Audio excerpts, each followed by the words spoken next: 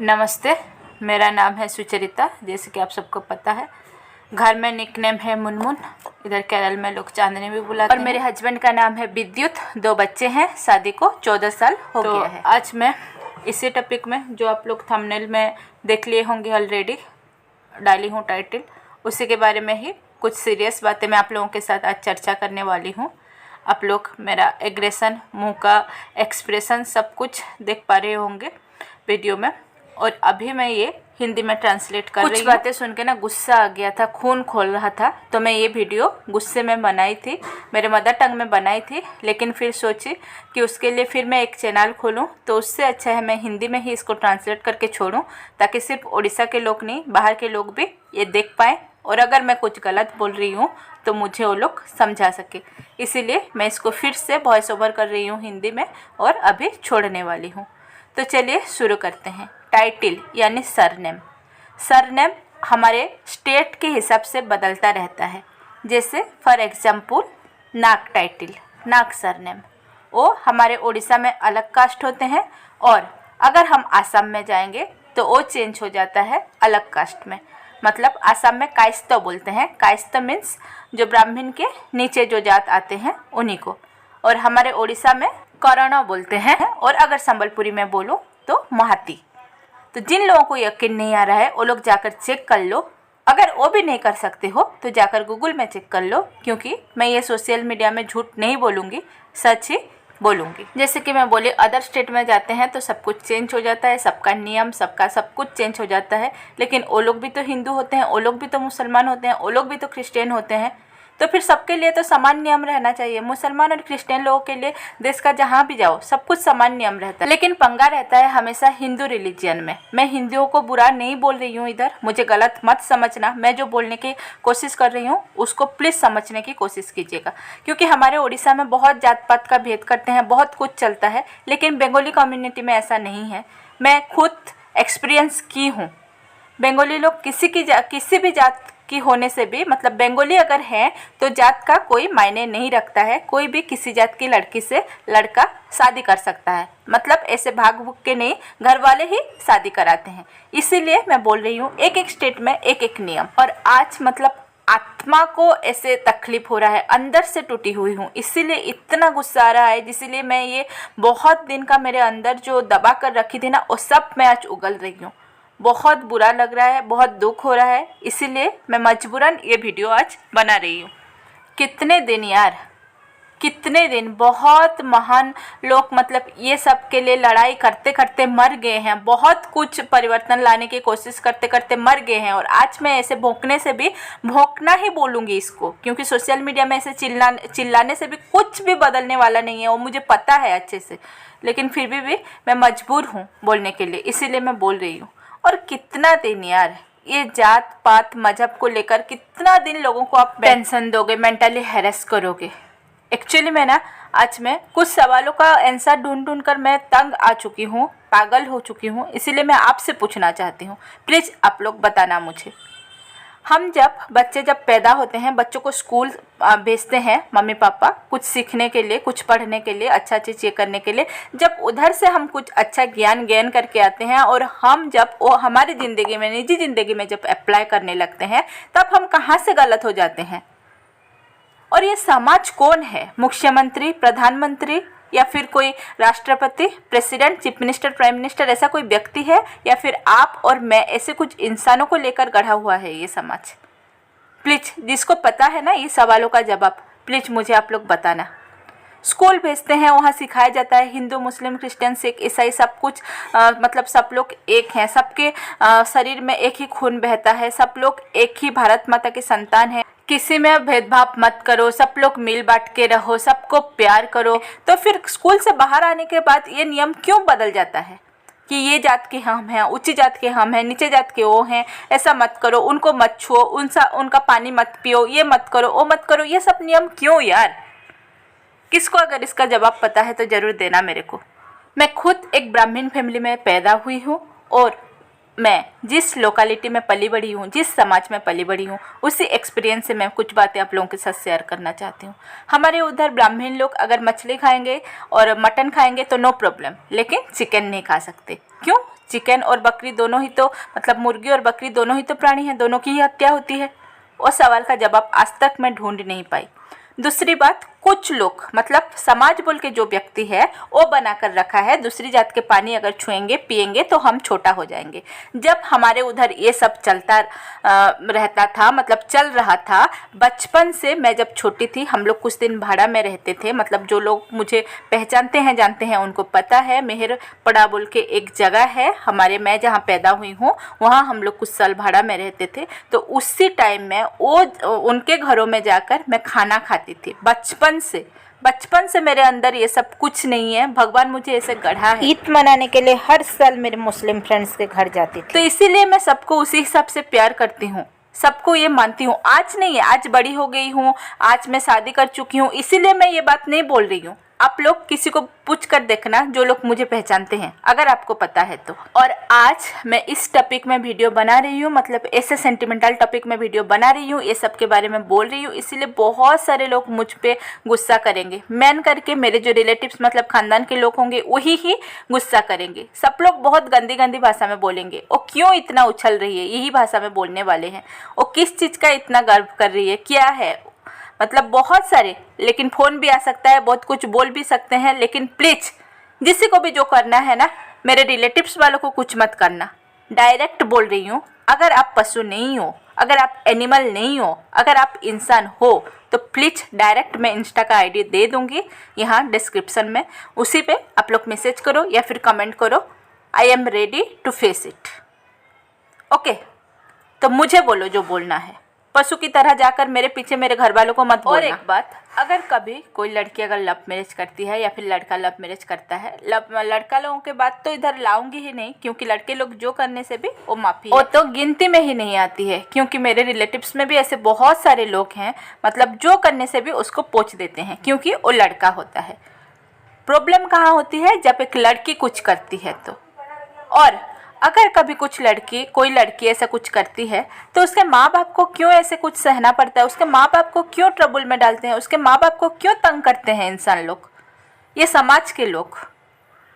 क्योंकि वो लोग वैसे ही दुख से मर रहे होते हैं, वैसे ही परेशानी में ये हो रहे हैं, तो उनको वो दुख के ऊपर, परेशानी के ऊपर और दुख देने के लिए और तकलीफ देने के लिए उनको इतना मतलब आज़ादी कौन दिया है? उनके पास दूसरा कोई काम नहीं है?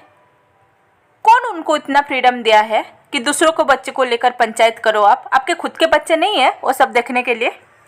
दूसरों के घर के मामले में हर वक्त पंचायत करने बैठ जाते हैं। दम नहीं होता है ना लड़की को कुछ कहने के लिए, इसीलिए उसके पीछे उसके माँ बाप, भाई बहन, खानदान के दूसरे सारे लोगों को परेशान करते रहते हैं। हाँ, सही बात है। आप लोग अभी बोल भी सकते हैं कुछ लोग आप में से कि कभी कुछ अगर अच्छा करते हैं बच्चे तो उसका क्रेडिट भी तो मम्मी पापा को दिया जाता है। सही बात है, बहुत सही बात है, और वो हर मम्मी पापा को पसंद भी आता है जब तक बच्चे अच्छे पढ़ाई करते रहते हैं, हर चीज़ में फर्स्ट आते रहते हैं, प्राइज लाते रहते हैं, मतलब प्राउड मोमेंट क्रिएट करते रहते हैं, अपने परिवार की इज्जत बढ़ाते रहते हैं। तब मम्मी पापा को भी उनको मतलब अपने बच्चे कहने के लिए बहुत मतलब फक्र महसूस होता है, बहुत प्राउड महसूस होता है। लेकिन अगर छोटी सी गलती कभी हो जाए तो उन्हें मतलब वो पाप हो जाता है वो गलती, और सालों साल बीत जाने से भी वो उनके बच्चे हैं ये बोलने के लिए भी मम्मी पापा को शर्म आती है। ये फैक्ट बात है। एक लड़की घर से पैर निकाल कर आ जाती है तब उसके मम्मी पापा के ऊपर आसमान गिर जाता है, वो लोग बहुत दुख में रहते हैं। तो इसी टाइम में कोई भी किसी को कमेंट मत करो, और वो चीज़ ख़त्म हो जाने के बाद, सालों साल बीत जाने के बाद भी उनको सबके बारे में सुनना पड़ता है। क्यों यार? और जो लड़की आ जाती है घर से पैर निकाल कर, राम भगवान के बारे में पता है ना, जब वनवास गए थे तो वो सबको छोड़कर आ जाती है। वो लड़की भी वैसे, उसके पास कोई नहीं रहते हैं। मम्मी पापा का प्यार, मम्मी पापा का मतलब सर के ऊपर जो मम्मी पापा का जो एक छत होता है, वो प्यार का छत होता है, वो गिर जाता है। सास ससुर नहीं होते हैं, दूसरे कुछ रिलेटिव्स नहीं होते हैं, कोई नहीं होते हैं। वो बहुत तकलीफ से गुजरती है। सालों बीत जाने के बाद भी अगर वो कुछ करना चाहती है, एक अगर वीडियो भी बनाकर सोशल मीडिया में डालेगी तो उसके लिए भी उनको सुनना पड़ेगा, या फिर उसके कोई रिलेटिव्स को सुनना पड़ेगा कि तुम्हारे खानदान की लड़की या फिर तुम्हारी बेटी ये कर रही है, वो कर रही है। अरे क्यों भाई? तो वो सब के बारे में आपको एक कमेंट करने के लिए कितना टाइम लगता है? तो वो सब करना बंद करो, क्योंकि वो लोगों को तकलीफ उन्हीं को पता है। किसी का तकलीफ अगर कम कर सकते हो तो करो, नहीं तो कुछ भी मत करो, क्योंकि आपका परिवार होगा, आप लोगों के बच्चे होंगे, आप लोगों के नवाशी नातिन या फिर पोता पोती होंगे, उन लोगों को संभालो, उनको अगर अच्छा सीख आप दे पाओगे तो आप गंगा नहा लोगे। बहुत गुस्सा आ रहा है, बहुत मतलब आत्मा को भी दुख लग रहा है, इसीलिए मैं ये सब बोलने के लिए मजबूर हो रही हूँ। और किसी की नहीं खाती हूँ मैं, इसीलिए डर के रहने का जरूरत नहीं है मेरे को। सिर्फ एक को डरती हूँ और वो है ऊपर वाला, और वो एक ही है, सबके लिए एक ही है। मेरे को दूसरे किसी से कोई फर्क नहीं पड़ता है। जिनको जितना सम्मान देना है मैं देती हूँ, और मुझे पता है। अरे बड़े बोलते हैं, मम्मी पापा बोलते हैं, समाज के लोग बोलते हैं, सब लोग बोलते हैं, और हमने देखे भी हैं, सब लोग एक्सपीरियंस भी किए हैं। ऊपर वाले के बिना मर्जी एक पत्ता भी नहीं हिलता है, बोलते हैं। तो फिर अगर कोई भी अगर प्रेम विवाह कर रही है, या फिर दूसरे जात के लड़के के साथ शादी कर रही है, या फिर और कुछ कौन कर रहा है, तो उसमें अगर भगवान का मर्जी शामिल ना हो तो वो सफल ही नहीं होगा। और अगर उसमें वो सफल होकर अच्छे से रह रही है, भगवान का मर्जी उसमें शामिल है, ये आप लोगों को अगर पता है, तो फिर भगवान के मर्जी के ऊपर आप लोग सवाल उठाने वाले होते कौन हो। और वो भी सिर्फ उस लड़की या लड़के के ऊपर नहीं, उससे जुड़े हुए, मतलब उन दोनों से जुड़े हुए सारे लोगों को आप ले आते हो चपेट में, और सबका जीना मुश्किल करके रख देते हो। और ये वीडियो के बाद भी बहुत लोगों की जीभ में खुजली होने वाली है, बहुत कुछ बोलने के लिए, लेकिन बोलो।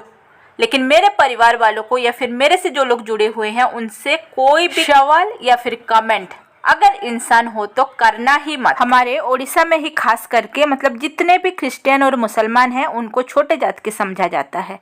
खास करके हमारे ओडिशा में, मतलब Christian means Gowda, that means SC लोग होंगे। But let me clear one thing, कोई भी हमारे इंडिया में कहीं भी कोई भी क्रिश्चियन है या फिर मुस्लिम्स हैं, वो लोग SC कैटेगरी में आते ही नहीं है। सब लोग OBC होते हैं। किसी का भी कास्ट सर्टिफिकेट में आप लोग वो लोग SC हैं ये प्रूफ नहीं कर सकते हो। और इधर केरल में OBC भी नहीं, उससे भी ऊपर जो जात है, मैं बोलना नहीं चाहती हूँ, उसी कैटेगरी में आते हैं क्रिश्चियन लोग, लिखा जाता है सर्टिफिकेट में। किसी को यकीन नहीं आ रहा है, यहाँ आकर आप लोग चेक कर लो। और कोई ब्राह्मण भी अगर क्रिश्चियनिटी को अपनाना चाहता है तो क्रिश्चियन होता है, मतलब महंती लोग, यानी कि जो कायस्थ होते हैं वो लोग भी होते हैं, अलग OBC भी होते हैं, सब लोग होते हैं यार क्रिश्चियन हो जाने के बाद कोई SC नहीं हो जाता। हाँ, बात ये है कि क्रिश्चियन हो जाने के बाद वो लोग क्रिश्चियन लोगों के साथ शादी ब्याह करवाते हैं, चाहे वो किसी के जात के भी हों, क्योंकि वो सारे लोग क्रिश्चियन ही बन जाते हैं, उनके बीच में और कोई भी जाति बात नहीं रहता है। लेकिन आप क्रिश्चियनिटी के अंदर अगर घुसोगे तो बहुत सारे कुछ आपको मिलेगा। रोमन कैथोलिक होते हैं, डायसिस होते हैं, बपटिस्ट होते हैं, पेंटिकोस्टल होते हैं, ऐसे बहुत कुछ होते हैं। और पेंटिकोस्टल लोगों का अगर जिंदगी के बारे में बोलो, वो लोग तो ऑर्नामेंट्स भी नहीं पहनते हैं, मतलब पूरा सिंपल जीवन यापन, नशा नहीं करते हैं, कुछ किसी का बुराई नहीं करते हैं, दिन रात सिर्फ प्रेयर करते हैं। उससे अच्छा और काम और कौन करता है यार। मुस्लिम्स लोग ऐसे 2 कैटेगरी में विभक्त हैं, लेकिन वो लोग जो एक्चुअल में सच्चा इस्लाम को फॉलो करता है, वो लोग भी नशा नहीं करते हैं, दिन में 5 बार नमाज पढ़ते हैं, प्रेयर करते हैं। सुबह 5 बजे से उठ के वो लोग नमाज पढ़ते हैं, जबकि कोई हिंदू भी सुबह 8-9 बजे उठ के जाकर मंदिर में पूजा करता है। तो सबका एक अलग अलग है। मैं किसी क्रिश्चियन या मुसलमान लोगों को ऊंचा या फिर हिंदू लोगों को नीचा या फिर हिंदू लोगों को ऊंचा या फिर दूसरों को नीचा ये करना मेरा इरादा नहीं है, लेकिन सबको समान समझो, सबको समान समझो।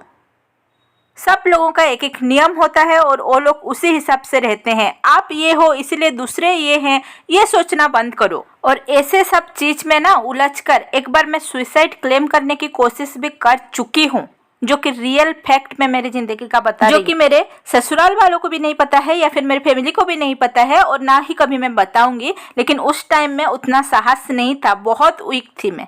लेकिन अभी फुल करेज भी है मेरे अंदर और फुल कॉन्फिडेंट भी हूँ, और बहुत सारे चीज पढ़ के, बहुत रिसर्च करके मैं ये बात बोल रही हूँ आप लोगों के सामने, ऐसे ही नहीं बोल रही हूँ। आती हूँ जिस टॉपिक में जाति प्रथा में बात मतलब थंबनेल टाइटल दी हूँ ना, उसी के बारे में ही चलिए बात करते हैं, शुरू करते हैं। जाति प्रथा कैसे सृष्टि हुआ था? तो जब जातिकरण किया गया था, 4 भाग में उन लोगों को डिवाइड किया गया था, जैसे कि ब्राह्मण, उसके बाद क्षत्रिय, उसके बाद वैश्य, उसके बाद शूद्र। जो लोग मतलब पूजा पाठ कर रहे थे ब्राह्मण, जो लोग व्यवसाय कर रहे थे उनको वैश्य, जो लोग युद्ध कर रहे थे उनको क्षत्रिय, और जो लोग बाकी काम सब कर रहे थे उनको शूद्र। लेकिन ये आप लोगों को पता है क्या, जब ये सब किया गया था तब एक माँ के पेट से जन्मे 4 औलाद भी 4 जातियों में आते थे। पता है? अगर नहीं पता है तो प्लीज जाइए, जाकर हिस्ट्री पढ़िए, तो आप लोगों को अच्छे से पता चल जाएगा। क्योंकि इसी तरह से जो जो काम करता था उसी को उसी जात का किया गया था। अगर ऐसा हुआ था तो आजकल तो सब लोग सब काम करते हैं। कोई ब्राह्मण फैमिली का कोई लड़का या लड़की के आर्मी में नहीं जा रहे हैं, वो लोग युद्ध नहीं कर रहे हैं, तो वो लोग क्षत्रिय होना चाहिए। कोई क्षत्रिय लोग क्या टीचरशिप नहीं कर रहा है, ज्ञान नहीं बांट रहा है, गुरु नहीं बन रहा है, तो वो ब्राह्मण होना चाहिए। अगर हम जातिकरण के अगर नियम को मान के चले तो ऐसा होना चाहिए, क्योंकि इसी हिसाब से तो जातिकरण हुआ था ना। छोड़िए, अभी चलते हैं और एक दूसरे एग्जाम्पल में, और सीधा द्वापर युग में चलते हैं। द्वापर युग में महाभारत जब हुआ था, महाभारत का रचना कौन किए थे पता है आप लोगों को? अगर है तो ठीक है, अगर नहीं है तो मैं बोल देती हूँ, सुनिए। व्यासदेव यानी वेद व्यास, महर्षि वेद व्यास। और उनकी माँ बाप कौन थे? उनकी बाप थे पराशर, महर्षि पराशर, मुनि पराशर, और माँ कौन थी? सत्यवती। सत्यवती कहाँ से पैदा हुई थी? सत्यवती कौन सी कुल की थी, कौन सी जाति की थी? वो तो एक मछली के अंदर से, मछली के पेट से पैदा हुई थी ना, तो वो कौन सी जात की हुई? हाँ, हालांकि कुछ लोग इधर मेरे साथ आर्गुमेंट करेंगे, वो एक अप्सरा के पेट से जन्म हुई थी, वो अभिशाप पाई थी इसीलिए मछली हो गई थी, हमका फलाना ढिमका वगैरह वगैरह। लेकिन वो सब जान के कोई फ़ायदा नहीं है ना, क्योंकि लोग आर्गुमेंट करते हैं पूर्व पुरुषों का कुछ जानकर फ़ायदा नहीं है, अभी का बताओ। तो उसी हिसाब से अगर हम लोग अगर पकड़ेंगे तो वेदव्यास की माँ कौन सी कुल की हुई? एक मत्स्य कन्या, एक मछली पकड़ने वाले, उनको कौन सी जात बोला जाता है? केवट बोलते हैं ना हिंदी में, हमारे उड़िया में बोलेंगे तो क्यूट। जो कि अभी झारखंड में केवट को एससी संप्रदाय में संयुक्त करने के लिए एक अपील वो लोग दाखिल किए थे, जो कि सीएम अप्रूव भी कर दिए। तो अगर केवट अगर एससी कुल के हुए तो एससी और एक ब्राह्मण की मिलन थे, एक संतान थे व्यासदेव। उसके बाद सत्यवती किसके साथ शादी की थी? राजा शांतनु से। और वो कौन सी कुल के थे? वो क्षत्रिय थे। पता है ना आप लोगों को? महाभारत पढ़े हैं ना, ग्रंथ पुराण, गीता भागवत महाभारत ये सब पढ़ते हैं ना। तो उसी हिसाब से पितामह भीष्म और व्यासदेव को भाई भाई भी कहा जाता है। अगर पुरातन काल में ऋषि मुनिया, अगर हमारे बड़े बुजुर्ग जितने भी ज्ञानी सब कुछ हैं, महर्षि लोग हैं, वो लोग ये सब अगर भेदभाव नहीं कर रहे थे, तो हम साधारण ये तुच्छ मनुष्य कौन है ये सब डिसाइड करने वाले? चलिए, द्वापर युग का गया, अभी हम त्रेता युग में चलते हैं। पुरुषोत्तम राम, महाप्रभु राम, जिनको सब लोग भगवान मानते हैं, ईश्वर मानते हैं, जो कि ईश्वर हैं, तो वो क्या किए थे? एक सवरी, जो कि एससी से भी हीन, मतलब एसटी, मतलब एससी के नीचे आता है वो कैटेगरी। ये मेरे अंदर नहीं है ये मनोभाव, जो लोग बोलते हैं उसी को मैं बोल रही हूँ, क्योंकि मैं ये सब मानती ही नहीं हूँ, जिसके लिए मैं आज ये आवाज़ उठा रही हूँ। जो कि सबसे निचली जात है, जो कि एसटी बोलते हैं, एक सवरी के हाथ का एक ये खाने के लिए, एक बेर खाने के लिए प्रभु श्री राम इतना तड़प गए थे उनको, और कौन सी जाति का किसी से कुछ नहीं मिल रहा था जो खाने के लिए चले गए थे? उसके भक्ति के लिए गए थे, प्रेम के लिए गए थे, ठीक है, लेकिन कौन सी जात का थी वो? तो प्रभु अगर ईश्वर होकर वो अगर भेदभाव नहीं कर रहे हैं, तो हम कौन हैं? हम होते कौन हैं ये सब बोलने वाले, लोगों के परिवारों को बिखरने वाले? नहीं, खत्म नहीं हुआ है, और भी है, सुनिए।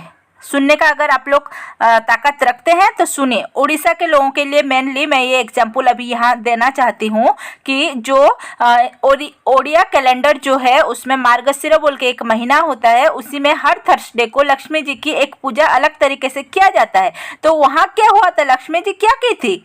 आकर एक चांडालुनी यानी कि एक एससी औरत के हाथ से खाना खाई थी, इसीलिए जगन्नाथ और बलभद्र उन्हें घर से निकाल दिए थे। मतलब छोटे जाति के घर से तो खाना खाकर आई है, हम तुझे मंदिर के अंदर नहीं लेंगे, हमारे घर के अंदर तुझे घुसने नहीं देंगे बोल के। उसके बाद उन लोगों का अवस्था क्या हुआ था, क्या क्या उनको भोगना पड़ा? एक बूंद पानी के लिए भी तरस गए थे। उसके बाद क्या हुआ? वो लोग माफ़ी मांगे थे, तो महारानी मतलब लक्ष्मी शांतानी जो बोलते हैं देवी लक्ष्मी, उन्हें माफ़ कर दी थी। और लास्ट में वो सब मतलब ये रचना जो किए थे, वो लास्ट में ये सब बताए भी हैं लक्ष्मी पुराण में कि समाज में ये जाति प्रथा को लेकर मनुष्य के अंदर ये सब भेदभाव सृष्टि ना हो, इसीलिए ये एक मतलब भगवान एक लीला किए थे बोल के। उससे भी इंसान कुछ नहीं सीखेंगे। चलिए और एक एग्जाम्पल में चलते हैं, और एक ओडिशा की ही एग्जाम्पल है। दासिया बावरी बोल के एक औरत थी, जो क्या की थी, वो भी छोटी जात की थी। तो वो पूरी श्री मंदिर जगन्नाथ जी के धाम में गई थी एक नारियल लेकर। श्रीफल बोलते हैं ना जिसको, नारियल, तो उसको देने के लिए, भगवान को चढ़ाने के लिए लेकर गई थी। तो वहाँ की पूजक क्या किए थे, तो छोटी जात की है, जा नहीं सकती बोल के उसको रोक दिए थे। तो क्या बोली, ठीक है मैं नहीं जा रही हूँ, आप ये लेकर दे दो। पूजक, मंदिर की जो पुजारी थे वो एक्चुअली में टेस्ट करने के लिए, परीक्षा करने के लिए वो लेकर गए थे कि भगवान सच में खाएंगे क्या।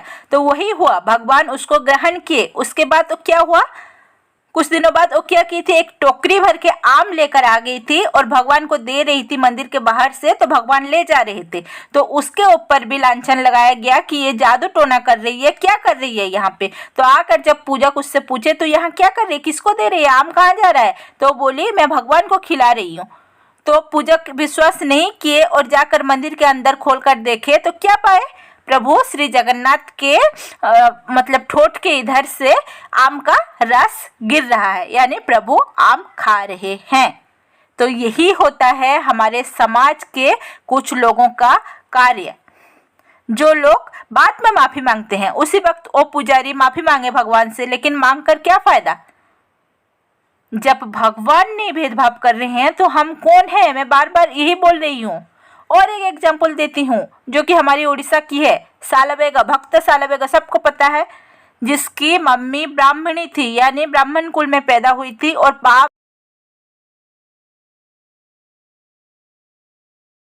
और उनके बाप थे मुस्लिम, जो कि लॉर्ड जगन्नाथ के वन ऑफ बिगेस्ट डिवोटी थे, जो कि बहुत बड़ा भक्त थे। वो जब गए उनको दर्शन के लिए तो उन्हें दर्शन करने नहीं दिया गया, यही जात पात को लेकर, यही धर्म संप्रदाय को लेकर। तो यही करते हैं हमारे समाज के लोग। लेकिन उनके लिए प्रभु श्री जगन्नाथ, जो कि रथ यात्रा होता है, सबको पता है, वर्ल्ड फेमस रथ यात्रा होता है पुरी में, उसी टाइम में अपना रथ को वहाँ रोक दिए थे, क्योंकि उनके डिवोटी जो सालबेगा थे, जो उनके भक्त थे, वो आ रहे थे उनके दर्शन के लिए।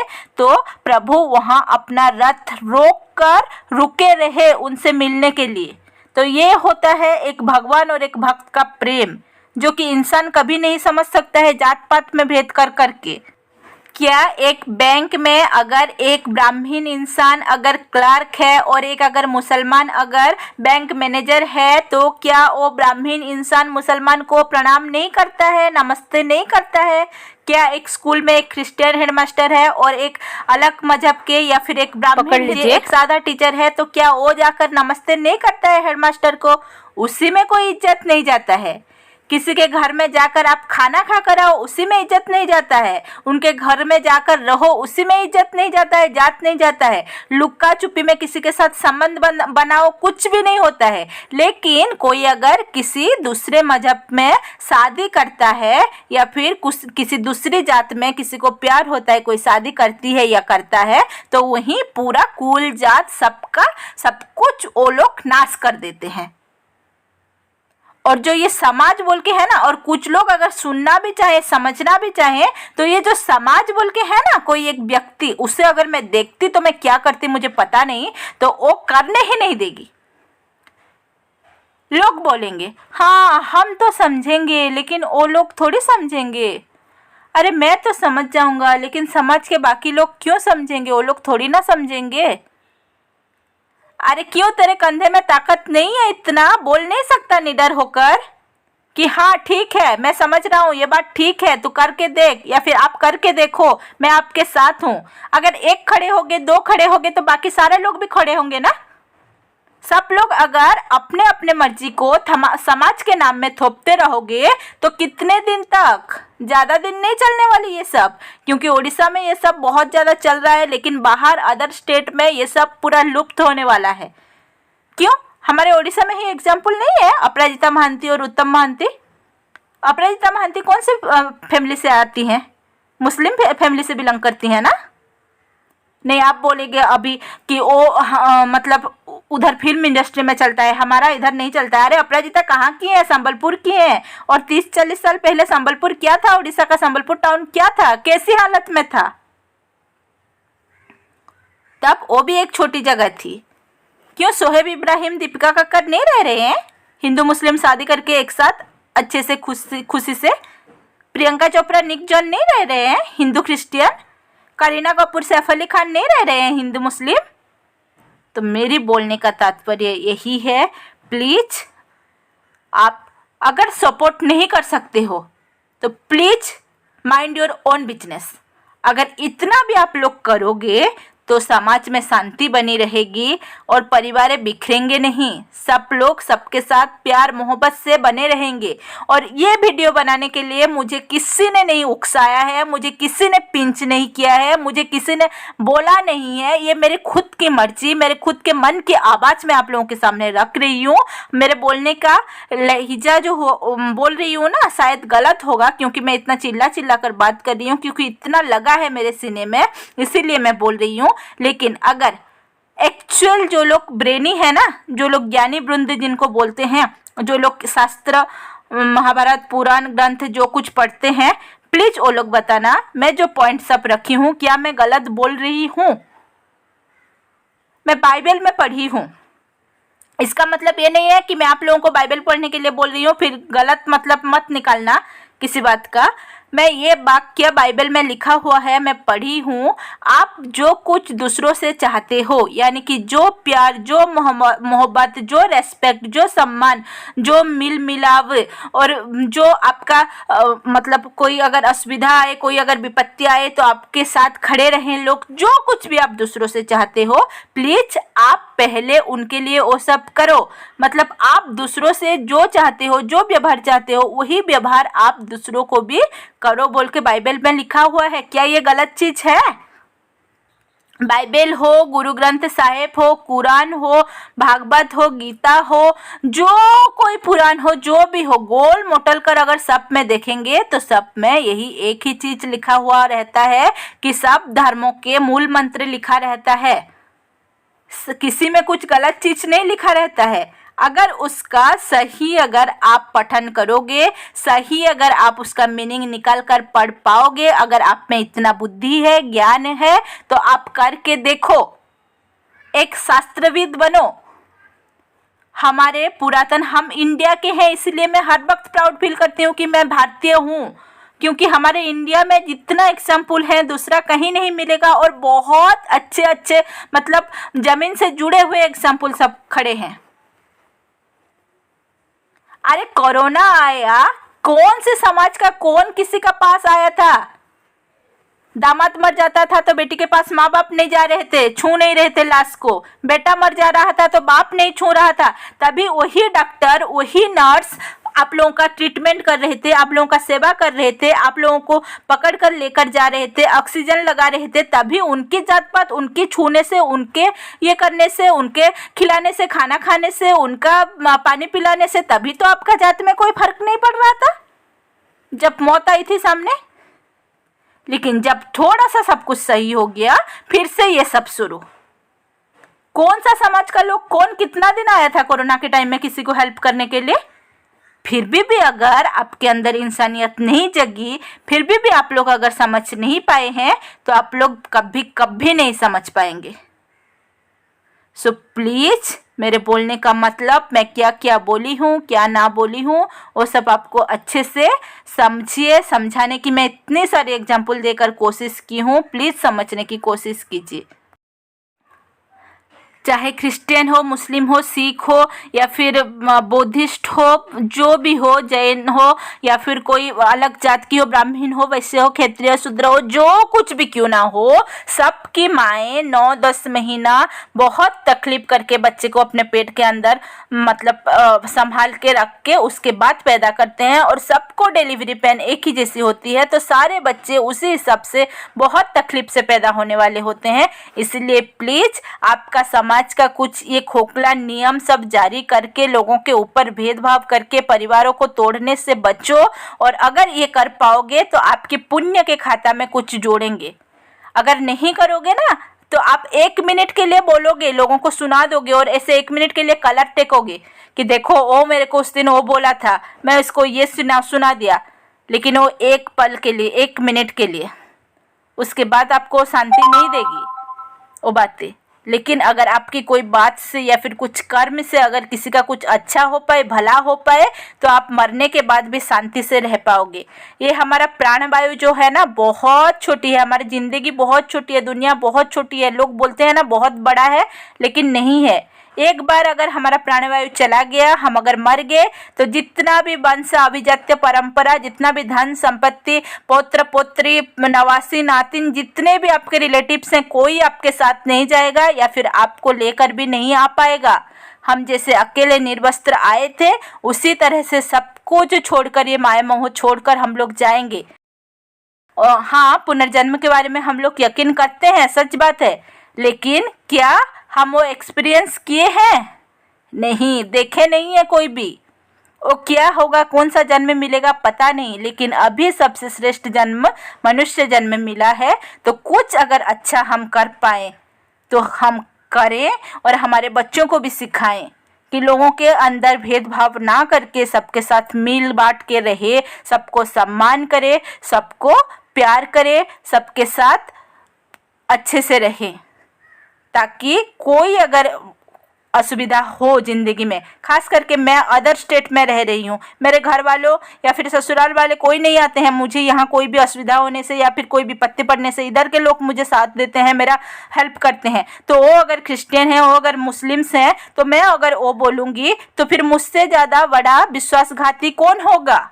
क्योंकि मैं हर वक्त थैंकफुल रहूँगी उनके पास, क्योंकि वो लोग मेरे हेल्प करते हैं। तो इसी हिसाब से मैं भी लोगों की हेल्प करना चाहूँगी, मुझसे जितना हो पाता है करती हूँ। तो मैं हाथ जोड़ के हम्बल रिक्वेस्ट कर रही हूँ आप लोगों से, तो प्लीज़ आप लोगों से भी अगर हो पाए तो ये सब करना बंद कर दीजिए। कुछ नहीं मिलने वाला है परिवारों को तोड़ के। हो सके तो पुण्य की खाता में आप अपना पुण्य के जो अंक है उसे बढ़ाइए, ताकि आप अच्छे ज़िंदगी जी पाए और आपको आत्मतृप्ति मिले। दूसरा कुछ हो ना हो, आपको तृप्ति मिले, आपका आत्मा को तृप्ति मिले। प्लीज़ अगर ज़्यादा कुछ बोल दी हूँ तो छोटी समझकर माफ़ करना। कुछ गलत बोली हूँ तो सजेशन प्लीज़ कमेंट में लिखिएगा। जो भी ज्ञानी वृंद हैं, जो कि एक्चुअली विद्वान हैं, अगर कुछ गलत बोली हूँ, कुछ गलत एग्जाम्पल दी हूँ, तो प्लीज़ मुझे बताना। और जो लोग समझना चाहेंगे समझ जाएंगे, और जो लोग नहीं समझना चाहते हैं वो लोग जितना भी आप जो करो समझने की कोशिश ही नहीं करेंगे। क्योंकि कहा जाता है ना, आप अज्ञानी को समझा सकते हो लेकिन मूर्खों को नहीं, क्योंकि मूर्ख समझना ही नहीं चाहते हैं। तो लास्ट में मैं यही कहना चाहती हूँ, अगर कुछ भूल त्रुटि हुई हो, अगर कुछ भूल चूक हो गई हो तो मुझे माफ़ कर देना। और लास्ट में यही कहूँगी कि आप खुद भी बचिए और दूसरों को भी बचने दीजिए।